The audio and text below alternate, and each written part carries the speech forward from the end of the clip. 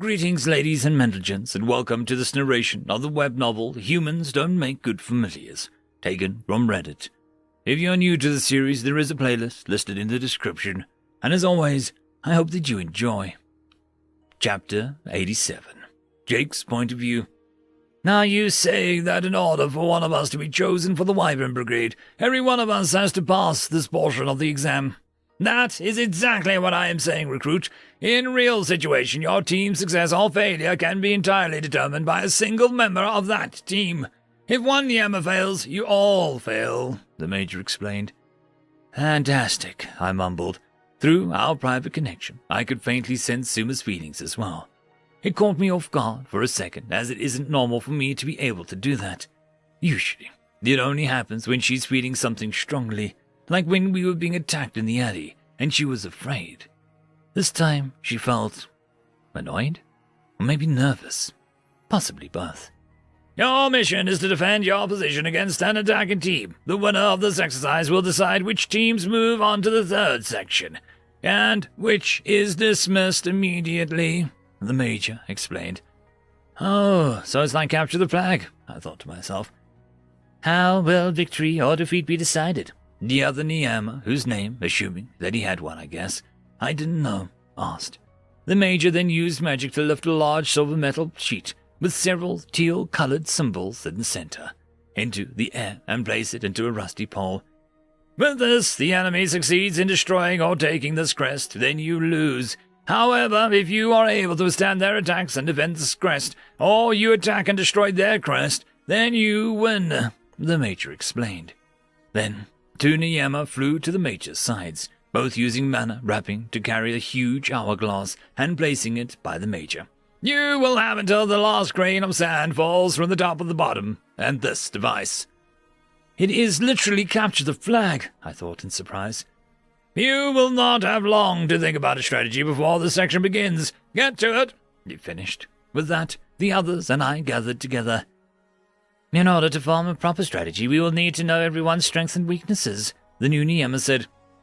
I'm sorry. What's your name? I asked. I do not possess one, but my cadet number is 2, he replied.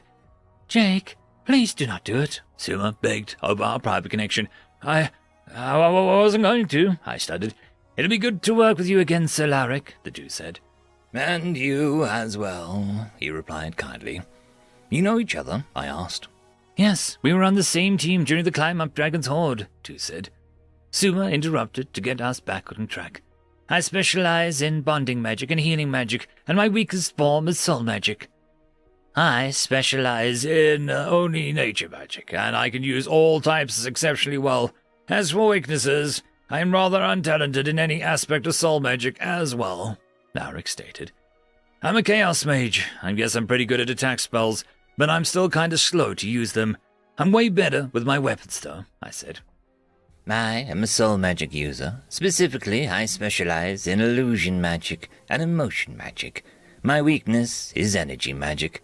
I'm afraid I can't even form a single fire spell, Tu explained. Yes, I remember you mentioned that. Like me, you prefer to fight with your own specialty than any standard attack spells, Lbry mentioned. So, how do we use that to our advantage, I wondered. We need a plan that puts everyone where they would be most useful.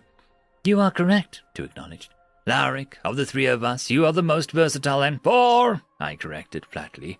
One eyebrow raised, but he wouldn't know what that meant, so it was pretty pointless in hindsight. Yes, sir. 4 of us. You are the most versatile and best suited to defend the crest. I think you should stay close to it. While the rest of us attack and intercept the other team, Tu said.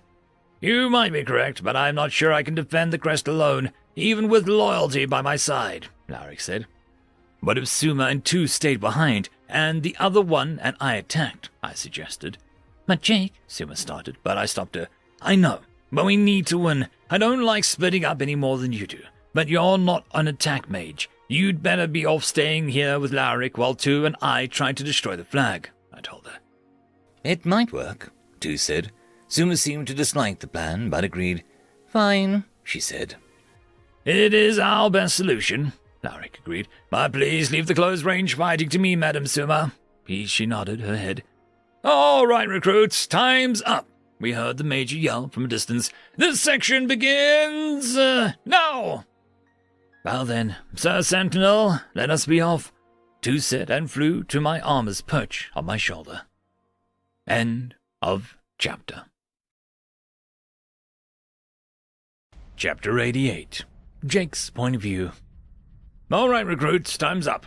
We heard the Major yell from a distance. "The selection begins now." "Well then, Mr. Sentinel, let us be off."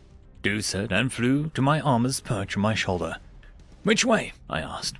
"I'll fly up and try to find it. Just a moment." Two said, and with a few flaps, Willie was airborne. He went up pretty high, over 100 feet at least, then came back down and landed on my armor again. "That direction," he said, with a gesture of his wings. I cast an enhancement spell, and Suma told me, and started running towards the enemy camp. I felt like I was running pretty fast, but Two seemed unimpressed. "This is as fast as you can go?" "At the moment, yeah," I answered.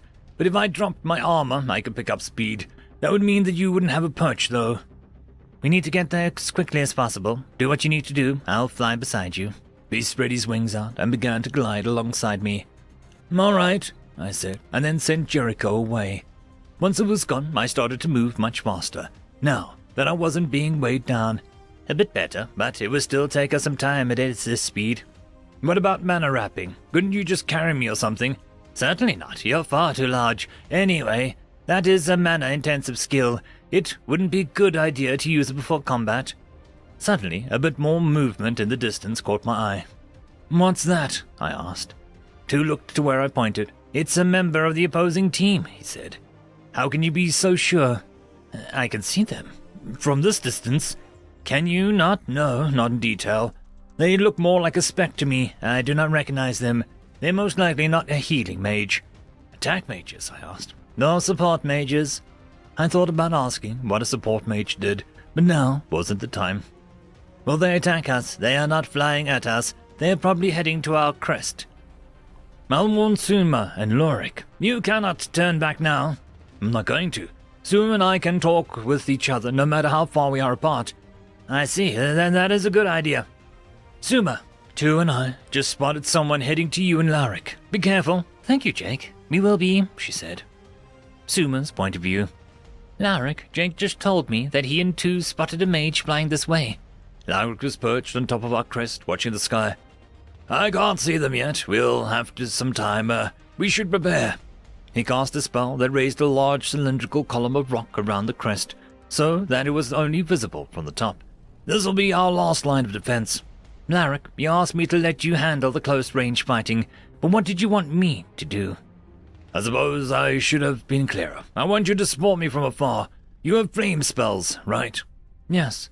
"I do as well, but as I said, nature magic is my specialty. Nature magic can't be used effectively at long range, but it is nearly unstoppable close range. Please use your fire spells to attack the enemy from a distance and cover me if I get overwhelmed."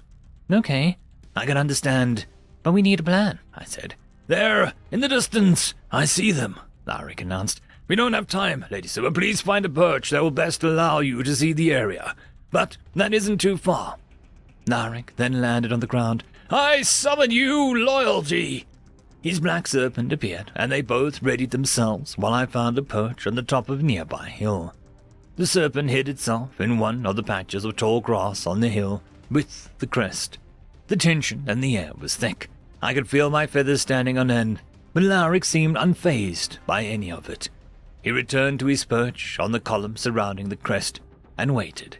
It was only a single mage who arrived, but it was soon clear why. Without a word, he launched 3 attacks. Lorik intercepted 2 of them with his magic, but the third one hit the column directly. Fire spells. Powerful ones. End of chapter. The algorithm reckons you should be watching this video next, and I recommend that you should be always watching my video. So, click with energy! And yes, clicking that does help the channel. Thank you very much. I'd just like to give a quick thanks to the T5 channel members and patrons: Alithia, Parky, Fudic Yol, Meridian117, Cam Maxwell, Casper Arnholtz, Angry Marine, Lord Azrakal, and White Van 420.